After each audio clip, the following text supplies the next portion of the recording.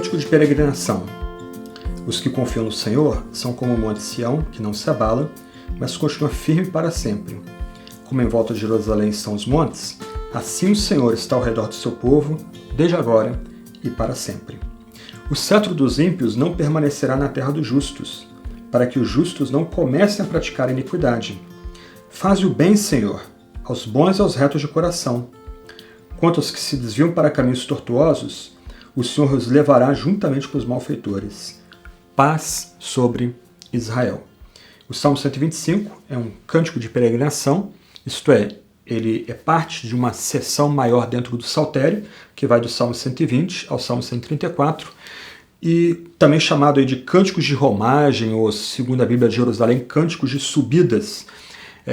De acordo com a tradição, muito provavelmente esses salmos eram cantados pelos piedosos em Israel quando eles saíam das suas tribos, seguindo em direção a Jerusalém, ou subindo em direção a Jerusalém para celebrar e louvar os grandes feitos do Senhor nas festas solenes prescritas pelo próprio Deus para Israel. Por isso eles são chamados de cânticos de peregrinação, cânticos de romagem, cânticos de subida. Esse cântico aqui, ele não tem autoria e até um pouquinho difícil datá-lo. Alguns eruditos vão sugerir que esse cântico aqui seria mais ou menos aí do século VI ou século V depois de Cristo, do período do exílio ou pós-exílio, e eu já explico por quê.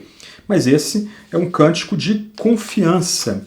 O cântico aqui exala a confiança em Yahvé, o Eterno, como grafado aqui em nossas Bíblias, né? No Senhor, no Deus de Israel, no Deus que habita no templo, no monte Sião. Mas, como a gente olhando aqui o Salmo, ainda que o Salmo seja um salmo de confiança, que celebra a proteção de Yahvé, o Salmo aqui muito provavelmente foi composto quando os de Judá estavam debaixo do controle de uma potência estrangeira. A gente vê isso, por exemplo, no verso 3. Parece que o povo de Judá aqui está debaixo do jugo de uma nação estrangeira, muito provavelmente a Babilônia, né? Os caldeus aqui dominando aqui sobre Judá. E para tornar a situação um pouco mais complicada, quando a gente olha aí o verso 5, parece que alguns de Judá, alguns judeus, povos da aliança, estavam traindo o seu chamado, traindo sua vocação, colaborando voluntariamente com o inimigo.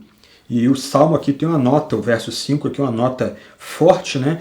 Que o julgamento de Yahvé, o julgamento do Eterno, vai ser derramado sobre os de Judá que se desviam para caminhos tortuosos. Mas ainda que o contexto seja um contexto bem dramático, isto é, Judá debaixo da ocupação inimiga, um cetro estranho comandando o reino de Deus ali em Judá, né, as duas tribos que sobraram aí da cisão entre Judá e Israel, ainda que alguns de Judá estejam colaborando voluntariamente com o inimigo, um tipo de quinta coluna dentro do próprio povo da aliança, o Salmo exala confiança.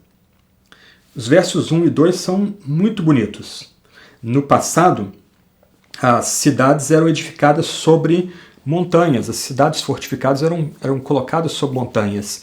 Por que isso? Porque essa era uma forma de proteger ainda mais as cidades em caso de cerco.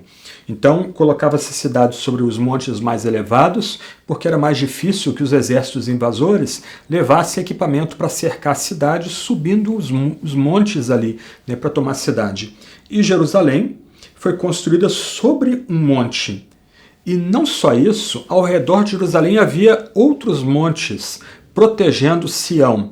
Então você tem uma cidade murada, protegida por outros montes.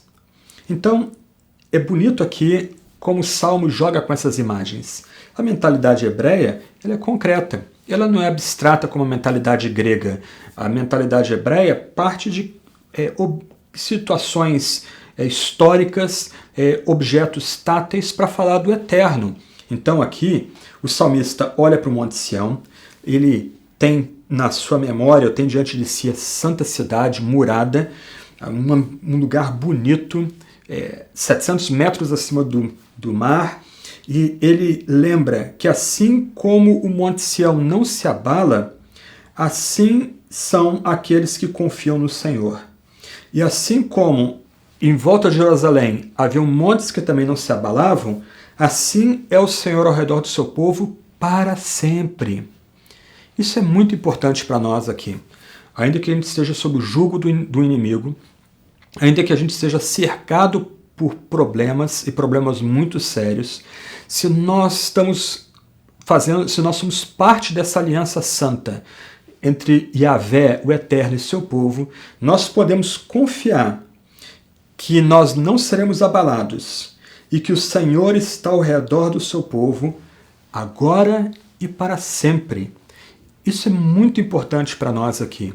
Nós podemos ter confiança no presente e no futuro, porque nós não seremos abalados ao estarmos conectados com Deus por aliança, mas nós não seremos abalados não é por causa da nossa confiança, é porque no final o Senhor nos protege, nos cerca, o Senhor nos guarda permanentemente. Nós somos lembrados aqui que a aliança que o Senhor faz com a gente, com o seu povo, é uma aliança, como se diz, monergística, isto é uma aliança que depende somente desse Senhor, de Yahvé, do Eterno, do Criador de todas as coisas, daquele que, se os montes não se abalam, ele vai permanecer, esse Senhor Criador que fez os montes vai permanecer para sempre e sempre ao redor do seu povo.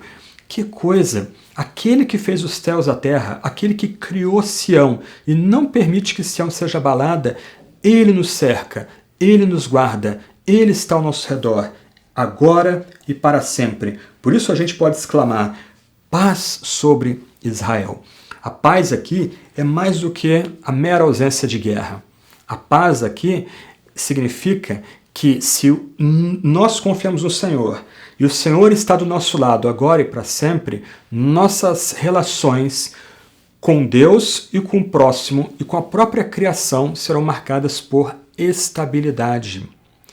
Nossas relações com Deus e com o próximo e com o mundo não serão marcadas por instabilidade, por guerras, por lutas, mas nós teremos paz e uma relação marcada por estabilidade. Nós não sofreremos sustos todo dia se nós confiamos no Eterno e se o Eterno nos cerca, o Eterno está do nosso lado. Você já deposita sua confiança no Eterno? Você renova essa confiança dia a dia, buscando o Eterno no livro da lei? Você já tem alcançado a segurança que o Eterno está ao seu lado, desde agora e para sempre? Que paz seja sobre Israel, que paz seja sobre aqueles que confiam nesse Deus eterno, e esse Deus eterno que nos cerca de agora e para sempre.